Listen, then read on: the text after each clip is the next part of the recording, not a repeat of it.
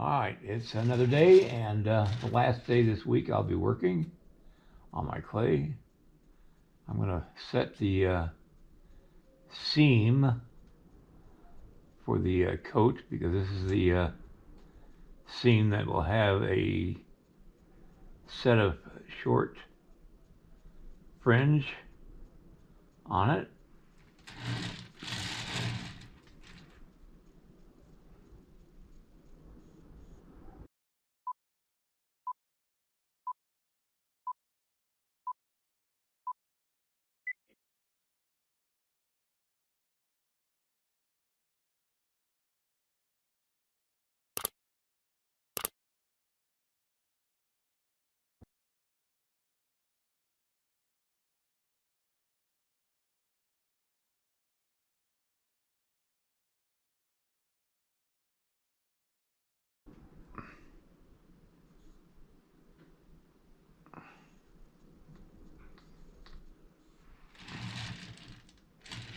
Okay, that will finish the jacket. I'm going to go ahead and put his hat on, and I'm just trying to figure out how I'm going to make it so that it can be taken off easily to be cast separate from the clay itself, because of the undercuts and stuff like that that will be caused by the brim of the hat.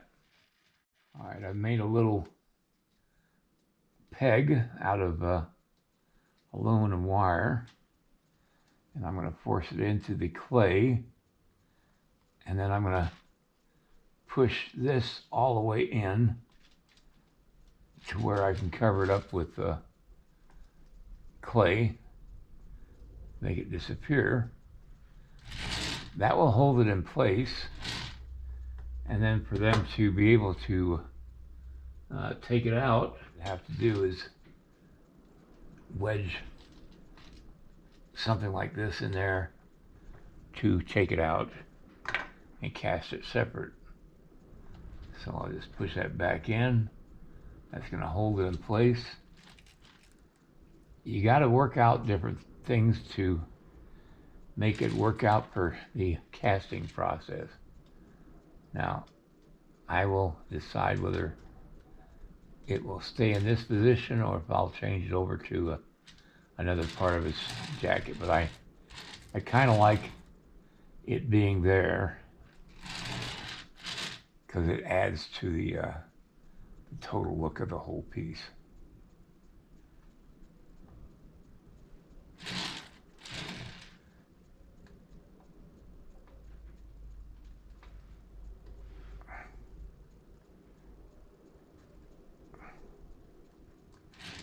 There we go. All right, I'm taking just a couple of pieces of this fringe, and I'm going from the bottom up because it's like tiling a roof. You start from the bottom, start working up.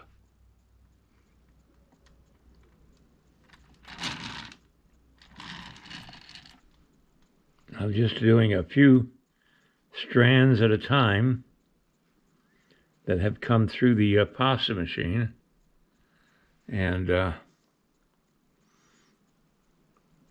building up the look of the fringe.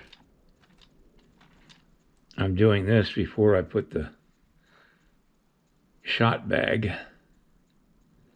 on his body, because it's got to look like it's coming out from underneath the shot bag. All right.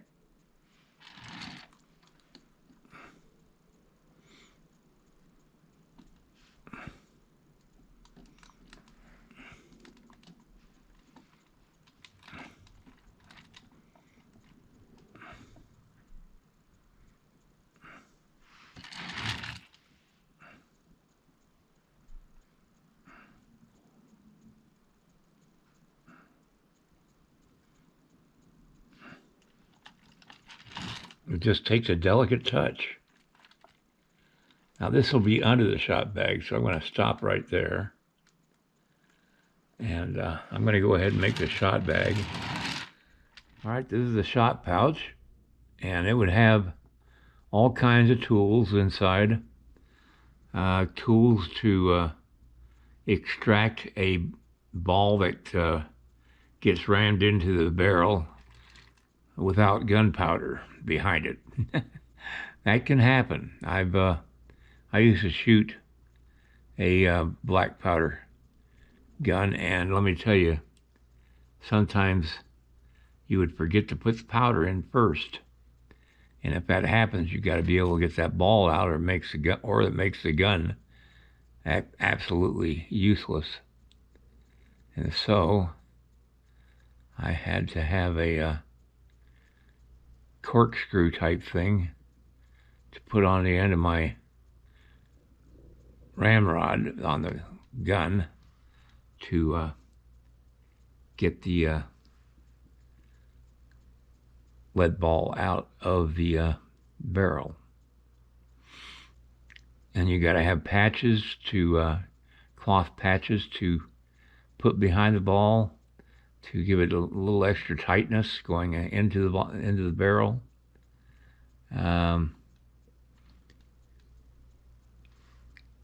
Flints, in case you wear out a flint that you're using in your flintlock. I'll be making the powder horn next.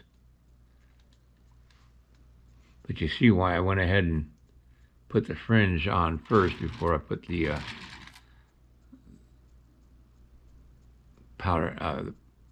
shot pouch on.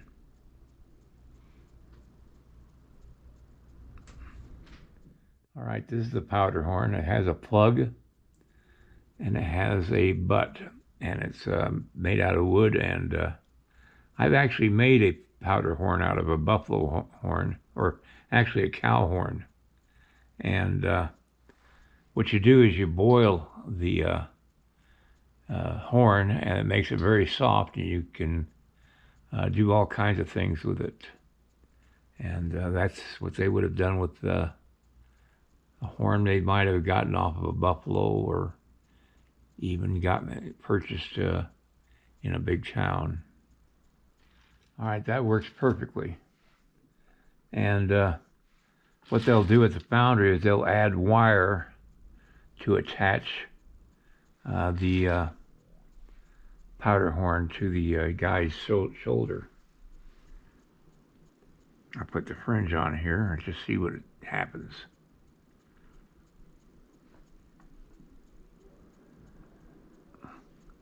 Oh, that'll work out fine.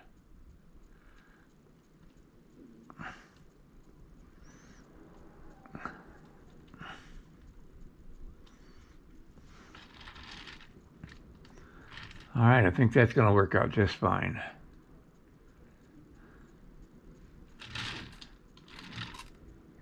Now I'll do the fringe for the other side.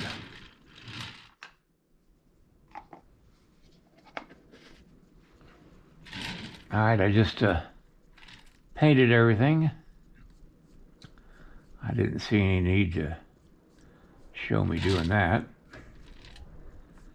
But I gotta go wash out my brush. And these oil painter's brushes are expensive, so you don't want the paint to dry on them.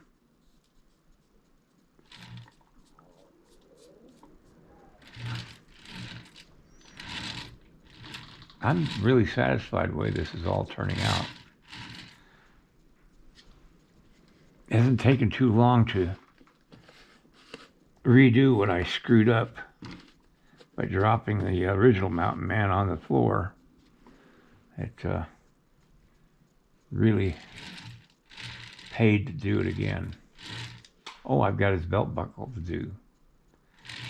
I'll do that next time. I'm going to leave his face partially shaved, more of a goatee-like thing. I've got to even it out, so I've got to take away some of the beard on this side. And I'll do that next week. I should probably be able to finish him up in about 1 day next week. I'm going to put him back on with the horse to see how it looks all together. And I'll be back when I do that. I got to go clean my brush. Okay, I got the mountain man back on with the horse. It looks dynamite. I am so happy with this piece, how it's turned out. Every element of this works. I can't turn it all the way around because it'll bang into that table over there. So I'll finish up the mountain man next week, and then I'll go to smoothing out the horse and finishing him up, and then I'll put him on permanently, fix it so I can take him off at a later date, and finish off the base and all that stuff. But basically, this is so much better than it was before with that other mountain man. This one, I think, turned out a whole lot better. All right, everybody. See you next time. Good night. If you like this video, please like and subscribe to my channel. It really would help me. Also, check out the link below this video. It will take you to a review of my 9 instructional videos that could be very helpful to you if you're thinking of sculpting. Good night, everybody.